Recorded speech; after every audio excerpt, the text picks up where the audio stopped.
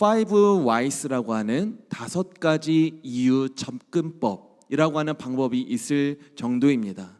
제가 실제로 서칭을 하다 보니까 이 5가지 외의 실제 사례가 있었는데요. 그중 대표적인 것이 워싱턴 DC에 있는 토마스 제퍼슨 기념관입니다. 너무 예쁘게 잘 지어졌죠. 이 토마스 제퍼슨 기념관은 흰색 대리석 건물에 이제 옥상에는 아름다운 돔 형식으로 너무나도 예쁘고 아름답게 잘 지어진 건축물입니다. 그런데 이 건축물은 유지비가 많이 들어가기로 유명하다고 해요. 대리석 벽면이 계속해서 부식되고 침식이 되다 보니까 수리비가 너무 많이 들어가는 겁니다.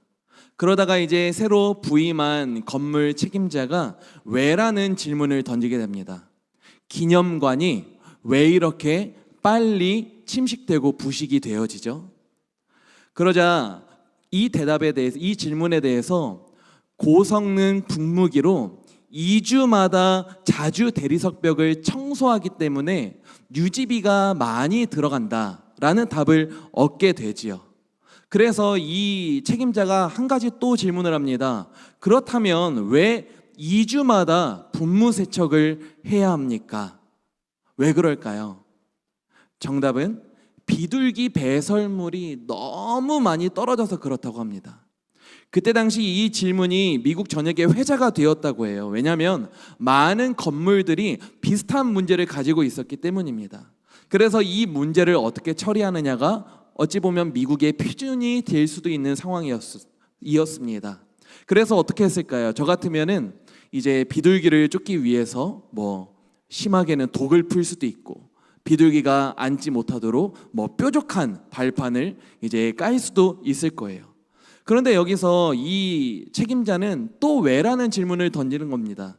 그렇다면 기념관에 왜 그렇게 비둘기가 많이 모여듭니까? 그래서 조사를 해보니까 비둘기가 좋아하는 먹이인 거미와 곤충들이 너무 많다는 거예요. 그러면 여기서 또 거미를 쫓아내기 위해서 살충제를 분무하든지 그랬을 것 같은데, 여기서 그는 다시 한번 또 왜라는 질문을 던집니다. 그러면 왜 이렇게 거미가 많습니까? 여기서 조사를 했더니 거미가 좋아하는 나방이 너무 많다는 거예요. 나방이 너무 많다. 그래서 여기서 이 사람은 한 가지 더 질문을 던집니다. 그렇다면 왜 이렇게 나방과 곤충들이 건물에 많은 겁니까? 라는 질문을 던졌을 때 바로 근본적인 원인을 찾게 되는데요. 그 이유는 바로 조명 때문이었습니다. 조명이 켜진 시간 때문이었는데요. 이 토마스 제퍼슨 기념관이 워낙 사람들이 많이 찾고 유명한 관광지이다 보니까 다른 건물들보다 2시간을 빨리 조명을 킨 거예요. 그렇다 보니까 그 불빛을 보고 나방과 곤충들이 몰려오고, 나방이 오니까 거미가 오고, 그 거미 때문에 비둘기가 모이고, 비둘기가 똥을 싸고, 그러다 보니까 2주마다 자주 세척을 해줘야 되고, 그러다 보니 유지비가 많이 들게 된 겁니다. 어떻게 이 문제를 해결할 수 있었을까요? 우리는 이미 들었기에 답을 알 수 있죠. 조명을 다른 건물들과 같은 시간에 틀었습니다. 그러니까 이 모든 문제가 생각보다 간단하게 해결이 된 거예요. 이제는 시설비와 수리비가 별로 들어가지가 않습니다. 이 이야기는 살면서 발생하는 수많은 문제들을 어떻게 해결할 수 있을까에 대한 중요한 힌트를 주는 이야기입니다. 우리가 겪는 문제는 어찌 보면 해결할 수 없는 것 같고, 어찌 보면 너무 어려워 보이지만 왜라는 질문을 계속해서 던지다 보면은 생각지도 못한 단순한 곳에서 그 이유를 발견할 수 있게 되는 겁니다. 제가 정말 많은 성도님들을 만나보게 된 것은 아니지만, 이제 성도님들을 만나게 될 때 듣게 되는 고민 중에는 이런 고민이 있습니다. 목사님, 제가 신앙생활을 하는데 별로 기쁨이 없습니다. 이러한 고민을 참 많이 듣게 돼요. 분명 하나님을 내가 믿는다고 하고, 교회에 등록도 하고, 이제 예배도 드리고, 이제 설교 말씀도 잘 듣는데 내 신앙생활에 도무지 기쁨이 느껴지지가 않는다고 하는 겁니다. 왜 그럴까? 계속해서 왜라는 질문을 던지며 본질적인 이유에 대해서 우리가 한 걸음 한 걸음 접근을 하다 보면은 바로 이러한 답을 얻게 됩니다. 내가 신앙생활의 목적과 기쁨에 대해서 오해를 하고 있었구나. 신앙생활의 기쁨을 내가 잘못 알고 있었구나라는 것을 생각을 하게 되는데, 우리는 흔히 이 신앙생활이라고 하는 것을 나를 위하여 하려고 합니다. 하지만 우리가 성경 말씀을 보면 볼수록 신앙생활이라고 하는 것은 나 자신을 위해서 한다기보다는 나를 사랑하시는 하나님을 믿고 하나님의 기쁨을 위해서 나를 부인하며 주님의 말씀에 순종하는 삶을 살아가는 것을 신앙생활이라고 말하는 것을 우리는 알게 되는 것이죠. 오늘 히브리서 11장 6절에서 믿음을 이렇게 정의합니다. 믿음은 하나님을 기쁘시게 하는 것이다. 이는 믿음에 대한 아주 선명하고 단순한 정의입니다. 이 믿음이 무엇일까에 대해서 우리가 토론을 하자면 정말 많은 분들이 자기 생각을 말씀할 수 있을 거예요. 1시간, 2시간, 3시간을 이야기할 수도 있겠죠. 그런데 믿음의 정의를 내리는 보다 쉬운 방법은 이런 질문을 우리가 한번 던져보는 거예요. 믿음이 없다면 어떻게 될까? 믿음이 없다면 어떻게 될까? 제가 한번 이 산소에 대해서 한번 정의를 내려볼게요. 이 산소의 정의는 화학 원소 중에 하나로서 원소 기호는 라틴어 옥시게이옴에서 유래한 알파벳 O이고 원자 번호는 8이고 원자 두 개가 결합해서 O2라고 불리며 무색, 무미, 무취인 기체 상태로 존재하는 물질이다입니다. 이 정의를 보면은 이 산소가 뭔지, 이게 나에게 필요한지 아닌지 우리가 알 수 없고 복잡하게 느껴지기만 합니다. 그런데 이럴 때는 산소가 없으면 어떻게 될까를 한번 생각을 해보는 거예요. 숨을 30초 동안만 참아보면은 호흡이 가빠지고, 이렇게 숨 못 쉬어서 죽게 되면 참 고통스럽겠다. 이런 생각을 우리가 하게 되지 않습니까? 이를 통해서 우리는 산소가 사람이 살기 위해서는 반드시 필요한 거구나. 산소가 없으면 안 되겠구나 라는 것을 우리는 알 수 있습니다. 믿음도 마찬가지예요. 믿음의 정의란 이렇습니다. 대상의 상태나 행위가 꼭 그러할 것이라고 여기는 것. 이것이 바로 믿음의 정의예요. 이에 대해서 말씀드린 것처럼 다양한 이론과 사례를 우리가 나열할 수 있겠죠. 그런데 이 믿음에 대한 설명을 듣는다고 해서 우리가 믿음이 무엇인지 나에게 필요한 것인지 크게 와닿거나 느껴지지는 않을 겁니다. 이럴 때는 우리가 믿음이 없으면 어떻게 될까를 한번 생각해 보는 겁니다. 믿음이 없다면 어떻게 될까요? 우리가 믿음이 없으니 하나님을 의식할 수가 없습니다. 믿음이 없다는 것은 하나님의 계심을 인정하지 않는 겁니다. 그러다 보니까 하나님이 계심을 인정하지 않으니 내 삶의 중심이 하나님이 아니라 나에게로 옮겨지게 됩니다. 그렇게 살으니 당연히 하나님을 기쁘시게 할 수도 없습니다. 하나님과의 관계 가운데 기쁨이 없으니까 당연히 그 하나님과의 관계와 선포되는 말씀이 부담밖에 안 되는 거예요. 기도하라고 하면 부담스럽고 예배가 의무가 되고 말씀을 들어도 더 이상 아무런 감동이 없고 봉사하라고 하면은 화가 나는 겁니다. 결국 신앙생활을 하는데 분명히 내가 하나님을 믿는다고 하면서도 아무런 기쁨이 없는 상태에 빠지게 됩니다. 이렇게 하나님과의 관계가 기쁘지 않고 하나님과 상관없는 삶을 살게 되니까 결국 우리는 어떻게 됩니까? 하나님을 찾는 자들에게 주시는 하늘의 상급을 상실하게 됩니다. 하나님은 자기를 찾는 자들에게 상을 주시는 분인데 하나님의 상을 구하지 않고 이 땅에서의 상, 성공, 물질, 인정, 명예만을 좇으니 하나님이 주시는 하늘의 상급을 우리는 더 이상 누릴 수가 없게 되는 거예요. 우리는 지금의 삶이 영원할 것이라고 자꾸만 착각합니다. 그래서 믿음 없이 살아도 아무런 문제 없네 라고 생각을 하게 되죠. 하지만 언젠가는 우리는 반드시 믿음이 없이는 내가 정말 살 수가 없구나, 나는 믿음 없이는 구원받을 수 없는 연약한 존재였구나 라는 것을 깨닫게 될 때를 만나게 될 것입니다. 그러므로 우리는 믿음에 대한 오해를 거두어야 됩니다.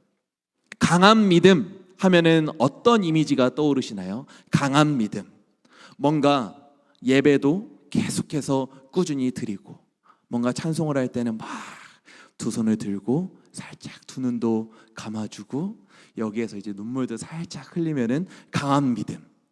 아니면은 뭔가 말하는 것도 조금 더 우아하고 타협하지 않는 모습도 보여주고, 흔히 말하는 신령한 모습을 보여주면은 우리는 야, 저 목사님 믿음이 좋다, 야, 저 성도님 믿음이 좋다, 강하다라고 우리는 이야기를 합니다. 이 모습 또한 믿음이 좋으면 나타나는 모습들 중에 하나인 것은 맞습니다. 그런데 문제는요, 사람들이 자꾸만 하나님이 계시다는 믿음과 함께 내 가치관과 내 욕심을 결합을 시키는 겁니다. 하나님을 믿으면 이 하나님만을 향한 믿음만 생각을 해야 되는데, 이 믿음 가운데 자꾸만 내 생각을 합쳐버립니다. 그래서 내 생각이 함께하는 이 믿음을 끝까지 타협하지 않고 하나님 앞에 구하는 것이 믿음이 좋은 것이다 라고 우리는 생각을 합니다.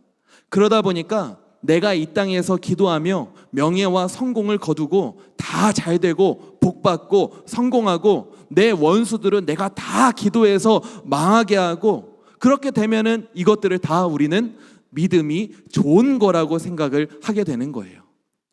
이렇게 우리가 기도하고 하나님 앞에 구하다 보니까 나의 구한 바대로 되면은 나의 믿음이 좋은 것이고, 내 구한 바대로 되지 않으면 믿음이 없어서 그런 거라고 생각을 합니다. 우리 대한민국의 교회는 사람들의 형편이 어려웠던 7, 80년대에 폭발적인 부흥을 이루었습니다. 그때 목사님들은 이렇게 선포했습니다. 하나님 믿으면 복 받는다. 갑절의 은혜가 부어진다. 11조를 많이 내면은 갑절 10배, 100배의 은혜로 부어주신다. 이런 설교를 참 많이 하셨습니다. 성도님들은 아멘으로 화답을 하며 내 형편이 어렵다 보니까 내가 잘 됐으면 좋겠다, 그런 복 받았으면 좋겠다 라고 하는 기조 아래 이 한국의 교회가 부흥을 이루고 성장을 하게 된 것이죠. 하지만 지금에 와서는 그러한 교회들을 지탱해 주던 가치관들이 하나씩 둘씩 흔들리는 모습을 보게 되는데, 분명히 내가 은혜 받았던 그러한 은혜와 복과 내가 구했던 것들이 나의 구원에는, 내가 하나님의 말씀대로 살아가며 순종하는 것에는 큰 영향을 주지 않는 것을 우리가 깨닫게 되는 것이고요.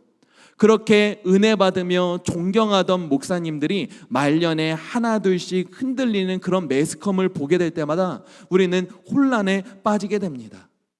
그리고 상식적인 선에서 이해 안 되는 모습을 보이면서도 교회는 세상의 눈치를 보면 안 된다고 말하면서 이렇게 똘똘 뭉치는 모습을 우리가 보게 되면은 그 모습 또한 이해가 안 되고 혼란을 겪게 될 때가 있습니다. 그렇게 우리는 확신을 가지고 다 잘 되기를 바라는 믿음을 가지고 달려왔는데, 어느 순간 교회는 사회적으로 지탄을 받고 신뢰를 받지 못하는 공동체가 되어버리고 만 거예요. 사랑하는 성도님들, 이 믿음이라고 하는 것은 나의 신념을 관철하는 것이 아닙니다. 믿음은 이 땅에서 얼마나 많은 것을 받고 이루느냐로 판단할 수 있는 것도 아닙니다. 어떻게든 하나님을 조르고 하나님 앞에 기도해서 내가 반드시 원하는 대로 이루는 것이 믿음이라면 그것은 미신과 다를 바가 없습니다. 왜냐하면 소위 무속신앙이라고 하는 것이 나의 소원을 비는 데는 정말 특화가 잘 되어 있기 때문이에요. 2017년 꽤 오래전이긴 하지만 11월 25일 조선일보를 보면은요, 거기 우리나라에 등재된 무속인만 비회원까지 포함하면은 100만 명이 넘는다고 합니다. 우리나라에는 2017년이니까 지금은 더 많아졌을 수도 있겠죠. 100만 명이 넘는 무속인들이 있습니다. 그런데 무속인이 된 이유를 한번 알아보니까요, 그분들이 많은 취업 경쟁과 경제난 가운데 소원을 비는 사람들이 많아져서 무당이나 역술인이 되는 것이 경제 활동적인 면에서 더 안정이 되기 때문에 무속인이 됐다고 인터뷰를 하고 있는 거예요. 무속인들이 소원이 이루어지라고 써주는 부적 하나가 몇십만 원을 호가하고요, 막 두려움과 겁을 주면서 굿을 해주면 수천만 원까지 받는다고 합니다. 무속인들에게 돈을 주듯이 헌금하고 소원을 이루기 위해서 우리가 더 큰 정성을 보이듯이 기도하는 것은 결단코 하나님이 원하시는 신앙이 아니라는 겁니다. 제가 언젠가 말씀을 드렸나요? 코로나 때 이런 것이 유행했었습니다. 온라인 안수기도. 이제 온라인으로 그분께 돈을 보내면 기도해 드리겠습니다 하고서는 그분을 위해서 기도해 주는 거예요. 꽤 나름 쏠쏠했나 봅니다. 왜냐하면 그러한 유행이 생각보다 꽤 많이 탔었기 때문이에요. 그리고 제가 언젠가는 절에 간 적이 있는데, 야, 이거 적혀져 있는 거 보니까 내가 다 어디서 많이 봤었던 기도 제목인데 싶은 겁니다. 뭐 만사 형통, 자녀 합격, 건강 회복, 사업 번창, 막 이런 것들. 제가 분명히 교회에서 많이 봐왔던 기도 제목들이 여기 절에서도 똑같이 적혀져 있는 것을 보면서 이거 우리가 하나님 없어도 괜찮은 기도를 드리고 있는 것은 아닌가? 이런 생각을 한 적이 있습니다. 우리는 믿음에 대한 오해로부터 벗어날 수 있어야 됩니다. 하나님을 믿는다고 하면서도 하나님의 기쁨과는 상관없는 나의 기쁨을 위한 것만을 구하고 주님의 말과 행동에 우리가 아무런 말씀의 열매도 맺지 못한다면 그것은 하나님을 위한 것이 아닙니다. 우리가 믿음 생활을 하면서 진정으로 구해야 할 것은 내가 얼마나 하나님을 기쁘시게 하고 있느냐라는 것을 우리는 구할 수 있어야 됩니다. 하나님을 기쁘시게 하는 것은 아주 다양합니다. 때로는 주방 일을 하면서도 하나님을 기쁘시게 할 수 있고요, 찬양을 하면서 말씀을 읽으면서 또 교사의 직분을 감당하면서도 하나님을 기쁘시게 할 수 있습니다. 때때로는 직장에서 일을 하면서도 또 가정에서 부모의 역할을 하면서도 친구를 만나면서도 일상 가운데서도 운전을 하면서도 우리는 하나님을 기쁘시게 할 수 있어요. 성경은 먹든지 마시든지 주의 영광을 위하여 하라고 합니다. 그리고 심지어는 노는 것조차도 하나님 앞에서 하라고 성경은 우리에게 이야기해 주고 있어요. 하나님을 기쁘시게 하는 것은 어느 하나의 일에 국한되어 있지 않습니다. 같은 일을 하면서도 우리는 하나님을 기쁘시게 할 수 있고 때때로는 하나님을 실망시킬 수도 있는 겁니다. 오늘 본문을 다시 한번 보겠습니다. 오늘 본문을 보면 이렇게 기록되어 있습니다. 믿음이 없이는 하나님을 기쁘시게 하지 못하나니. 믿음은 나를 기쁘게 하는 것이 아니라 하나님을 기쁘게 하는 것이라고 성경은 말합니다. 즉 믿음이란 나의 욕심과 본성과 정욕을 넘어서는 겁니다. 우리가 믿음을 가졌다는 것은 이러한 말이 될 수 있는 것이죠. 기쁨의 기준이 달라졌다. 전에는 내 기쁨을 위해서 살았는데 이제는 우리가 하나님의 기쁨을 위해서 사는 겁니다. 나 주님의 기쁨 되기 원하네 라는 찬양이 있습니다. 이 찬양의 후렴을 보면은 내가 원하는 한 가지 주님의 기쁨이 되는 것이라고 기록되어 있습니다. 하나님을 오해했을 때는 내가 잘 되고 내가 성공하는 것이 행복이었습니다. 그렇게 신앙생활 하는 것이 맞다고 생각을 했습니다. 그러나 이제 우리는 달라져야 됩니다. 나는 점점 없어지고 하나님이 드러나고 하나님의 영광이 나타나는 것이 우리의 행복이 되고 기쁨이 되어야 합니다. 하나님을 기쁘시게 하는 사람은 어떤 사람입니까? 본문 말씀은 이렇게 계속해서 이야기합니다. 믿음이 없이는 하나님을 기쁘시게 하지 못하나니 하나님께 나아가는 자는. 믿음이 있는 사람은, 하나님을 기쁘시게 하기를 원하는 사람은 하나님 앞에 나아가는 사람입니다. 우리가 하나님 앞에 나아갈 때 우리에게 어떠한 변화가 생깁니까? 하나님 앞에 나아갈 때 우리는 내 안에 연약함을 발견하게 됩니다. 반면 세상을 향해 나아가는 사람은 본인이 죄인이라고 생각을 하지 않습니다. 왜냐하면 아무도 그것이 죄라고 이야기하지 않고 주변 사람들도 다 똑같이 살아가고 있기 때문입니다.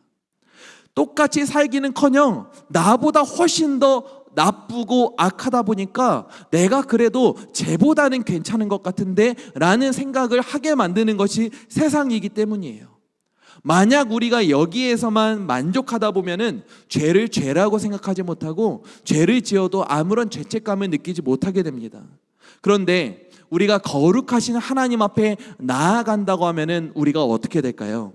모두가 기도하면서 그런 경험이 있을 겁니다. 거룩하신 하나님 앞에 내가 서 있을 때 내 자신이 너무 부족하고 연약하고 하나님 앞에 무언가를 아무것도 하지 못한 것 같고 그저 하나님 앞에 죄송스럽기만 하고 나 같은 죄인을 왜 구원하셨느냐, 나 같은 사람은 그냥 죽어도 싼데 주님 왜 날 위해서 그런 고통을 당하셨습니까? 이렇게 고백을 할 때가 우리 모두에게 생생하게 있지 않습니까? 하나님의 거룩한 빛에 내 자신을 비춰보면 나의 더러움만 드러납니다. 우리가 하나님 앞에 나아갈 때 이러한 내 안의 더러움을 발견해야 우리는 내 더러움을 주님 앞에 고백하며 회개하게 되고요. 우리가 하나님 앞에 진정으로 회개를 해야 하나님은 그때 우리를 용서해 주실 수 있는 겁니다. 그래서 주님은 우리에게 이러한 감동을 주시죠. 누구든지 그리스도를 믿는 믿음 안에 있으면 새로운 피조물이라 보라 새 것이 되었도다.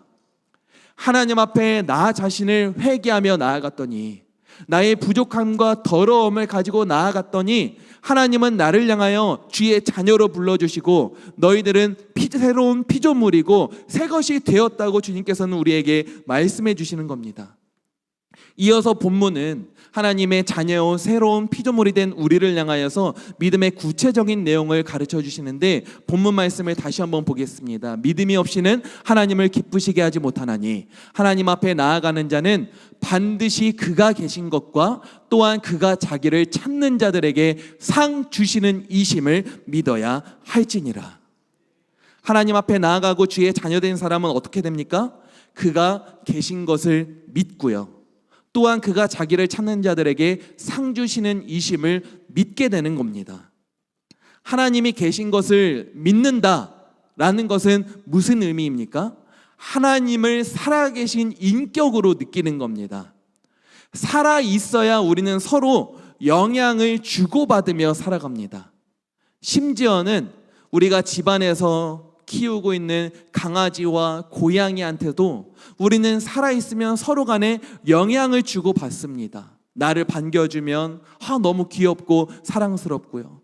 강아지나 고양이가 몸이 아프면 그 강아지와 고양이도 걱정이 되고요. 심지어는 집에서 키우는 식물들도 살아있으면 그 식물들에게 물을 주면서 그 푸릇푸릇한 모습을 보면서 우리 마음에 기쁨이 생기지 않습니까? 그렇다면 내가 우리 하나님을 살아계신 인격으로 믿고 있다고 고백하는 것은 우리 하나님과 서로 영향을 주고받으며 살아간다는 의미가 되는 거예요. 하나님이 마음 아파하시면 나도 마음이 아프고, 하나님이 기뻐하시면 내 마음도 기뻐 뛰게 되고요. 내가 아프면 하나님이 나를 위하여서 마음 아파하시며, 내가 영원히 죽을 수밖에 없는 상황 가운데서 하나님이 마음 아파하심으로 독생자 예수님을 보내주신 것처럼 그 하나님의 마음이, 그 하나님의 뜻이 우리에게 영향을 주게 되는 겁니다. 하나님은 말 못하시는 우상이 아닙니다. 하나님은 살아계십니다. 그런데 우리는 때때로 그런 살아계신 하나님을 향하여서 하나님으로부터 받는 영향력은 거절한 채 내 말만 하고 내 고집만 늘어놓고, 그리고 때때로 죄를 지을 때는 하나님을 의도적으로 생각하지 않으려고 하면서 내가 하나님과 전혀 아무런 상관없는 삶을 살아가고 있지는 않습니까? 그러면 우리는 나의 믿음 생활을 그때는 돌아볼 수 있어야 하는 겁니다. 하나님께서 믿음이 있는 자들에게 자기를 찾는 자들에게 상을 주시기 위함이기 때문이에요.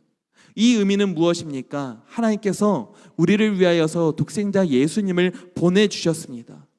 그 예수님이 죽으시고 우리에게 새로운 생명을 주신 것은 결코 이 땅에서만의 자유됨을 위한 것이 아닙니다.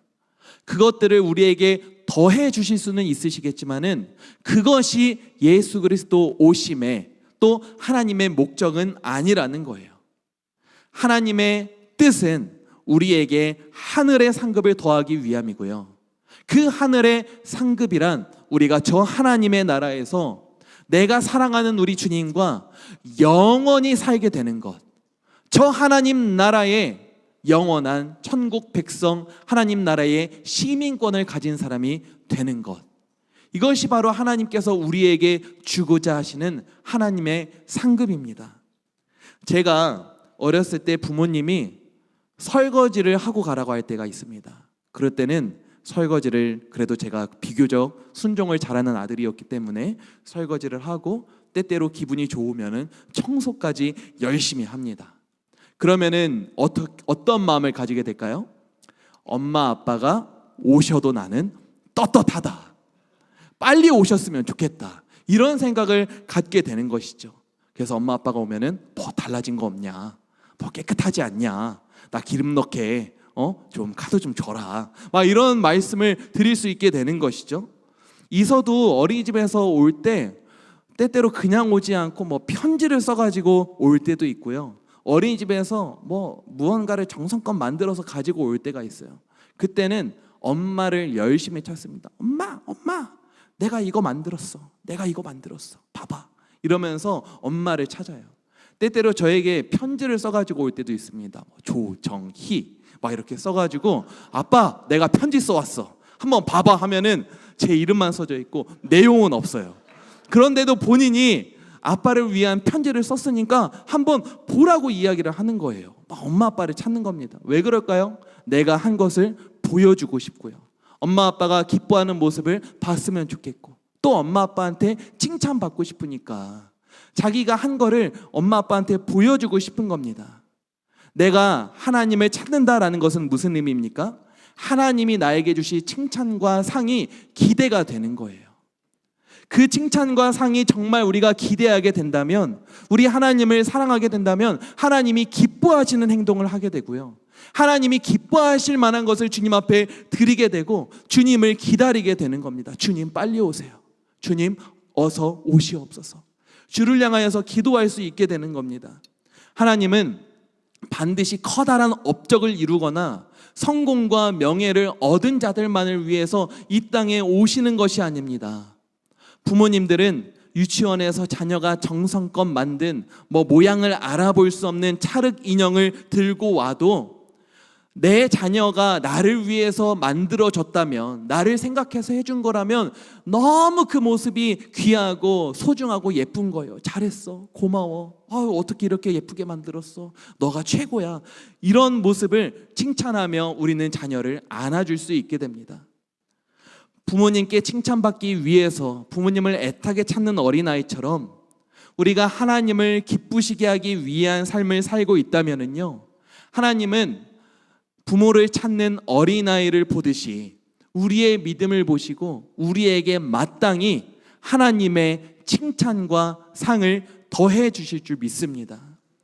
만약 그런 자녀가 세상에 떼묻고 부모를 기쁘시게 하는 삶을 살지 않고 가정으로 돌아오는 것이 아니라 가정에 돌아오지 않은 채 세상을 배회하며 그 세상 가운데 상처받고 잘못 살아가고 있다면 마음이 무너지지 않을 부모가 어디 있겠습니까? 자녀를 사랑하고 위하는 사람이 아니라 자녀가 잘못되기를 바라는 사람이 가까이에 있고 그 사람의 이야기를 더 귀담아 들으며 살아간다면 부모의 억장은 무너질 겁니다. 우리를 바라보시는 하나님도 동일합니다. 우리가 하나님의 말씀에 순종하지 않은 채 세상을 배회하며 살아가고 있다면 하나님의 마음이 무너지지 않겠습니까? 하나님의 말씀을 들으려고 하는 것이 아니라 우리를 도둑질하고 망하게 하려고 하는 사단의 음성에 사단의 목소리에 귀를 기울이며 세상의 기준과 부합하며 살아가고 있다면 하나님의 억장이 무너지지 않겠습니까? 하나님께서는 자녀가 돌아오기를 바라는 부모의 심정으로, 자녀를 찾는 목자의 심정으로 우리를 애타게 찾으시고 부르시고 계십니다. 사랑하는 성도님들, 하나님을 진정 기쁘시게 하는 삶이란요, 살아계신 하나님을 믿고 나의 말과 행동이 그분을 기쁘시게 하기를 원하며 살아가는 겁니다.